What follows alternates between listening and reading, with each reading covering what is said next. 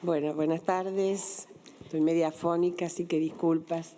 Muchas gracias, Julia. Muchas gracias a la compañera europea por esta invitación y poder compartir con ustedes, con todas y con todos, esta jornada. Primero voy a pedir un permiso para solidarizarme especialmente con la lucha de las mujeres y los niños ucranianos que han sido vulnerados en todos sus derechos. Hay una denuncia específica de Naciones Unidas que han sido ultrajadas mujeres y niñas en estos días en Bucha y en varios lugares de Ucrania. Así que mi solidaridad específica, porque no creo que podamos dejar pasar en un ámbito de debate de los temas de género este sufrimiento que están teniendo las mujeres de Ucrania. Bueno, yo como me tenía la mesa con grandes expertas en el tema de derechos sexuales y reproductivos, que bueno, aquí estamos compartiendo panel, tomé un tema que tiene que ver con el afianzamiento de la lucha por los derechos sexuales y reproductivos, que es todo lo que es el debate y lo que fue el debate de matrimonio igualitario y de identidad de género. ¿Por qué? Porque es el movimiento feminista argentina que viene luchando hace muchísimos años por grandes conquistas. Una fue el tema de la ley de cupos, donde las mujeres, ahí comenzamos las mujeres políticas a tener alianzas transversales para lograr incidir en que la ley salga, y esta ley nos posibilitó, con la presencia de más mujeres, marcar una agenda diferente con temas de género. Hoy tenemos ley de paridad, hemos superado muchísimos inconvenientes que teníamos con la aplicación de la ley de cupos, que nos pasábamos haciendo juicios, pero eso nos dio una solidificación al feminismo argentino, porque además pudimos transversalizar las alianzas de las militancias de los partidos políticos, las militancias de las organizaciones sociales y las militancias del movimiento de mujeres de Argentina. Creo que esto nos diferencia de la situación de otros países. Después de haber sufrido muchos años de vulneración de derechos, perdimos todos los derechos humanos con la dictadura militar argentina, y la salida a la democracia trajo una carrera por afianzar derechos. En ese espacio nos encontró la lucha por la ley de cupos, tuvimos la lucha por la ley de divorcio también, pero luego de eso después de la ley de cupo y con estas alianzas y con el movimiento organizado, tuvimos la ley de salud sexual y reproductivo, que acá les van a contar mucho más las que han participado, que nos costó muchísimo, incluso también con la ley que ya planteábamos en aquel momento, la modificación del Código Penal para la despenalización del aborto, que no la pudimos sacar, y a la diputada que había presentado el proyecto se la escupió en la Cámara, se la señaló como se rodeó la Cámara con gente de las iglesias donde se la señalaba como que no era, digamos, con palabras soaces, horribles, que no nos vamos a olvidar ese momento terrible, y retrocedimos años. Pero el movimiento se siguió organizando. Después tuvimos en el 2015 el Ni Una Menos, y luego el 2018 con la irrupción impresionante de la organización de lo que fue el movimiento por el aborto. El matrimonio igualitario fue en el 2010, y en este sentido les quiero contar que fue un avance muy importante, porque lo que había que modificar en el Código Civil era solamente una letra, una palabra. En vez de usar matrimonio entre varones y mujeres, tenía que decir matrimonio entre contrayentes. Esto era lo que ocasionó un debate y una división del país espantoso entre personas, por supuesto, conservadoras de derecha, contra los derechos de las personas con diferentes orientaciones sexuales. Y esto fue un éxito muy grande en Argentina. Se recorrió el país entero con audiencias públicas donde todos se escuchaban a todas las organizaciones.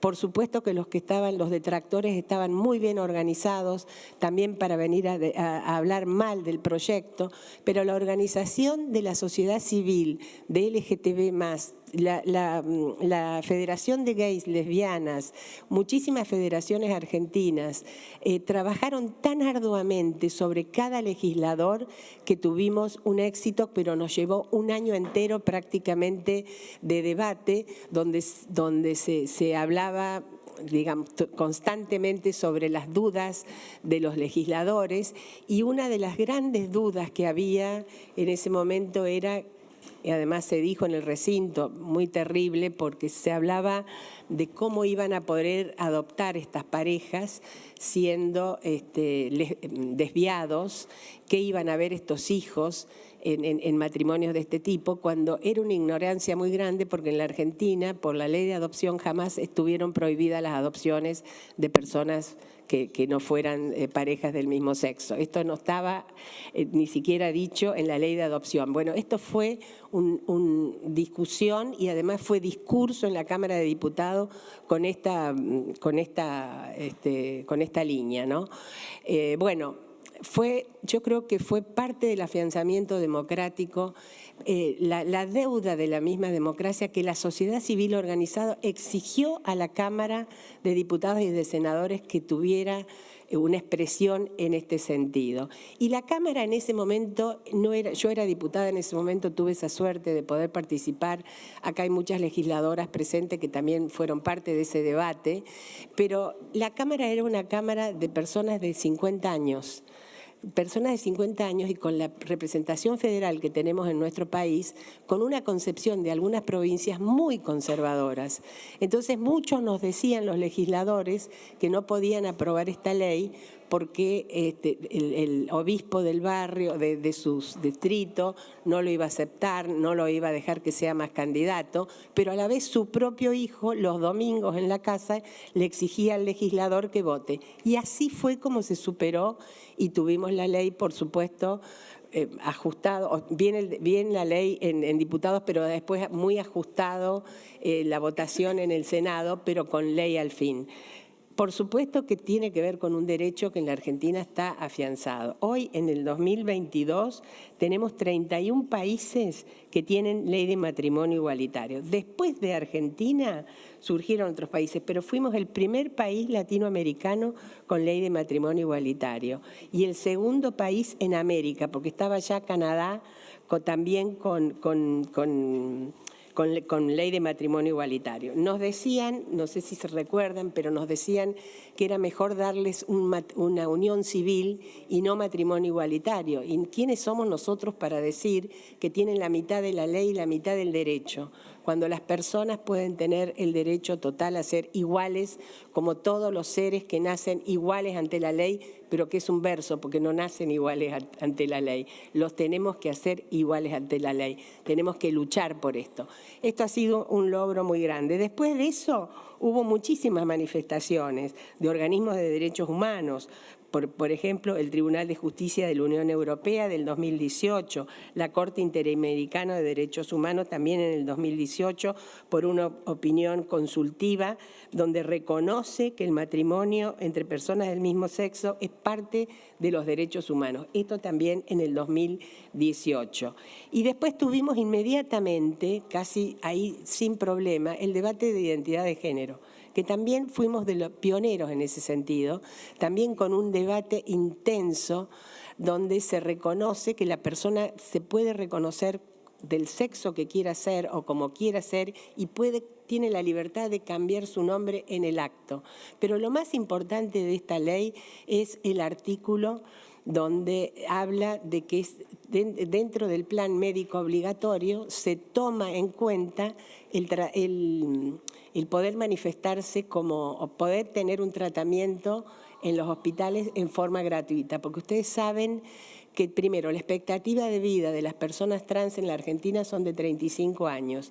Los problemas de salud son los que traen que fallezcan mucho más tempranamente que otras personas. Esto fue un gran avance. Ahora, hoy estamos en lo que planteaba una de las compañeras acá, en ver cómo podemos hacer que esto realmente se cumpla.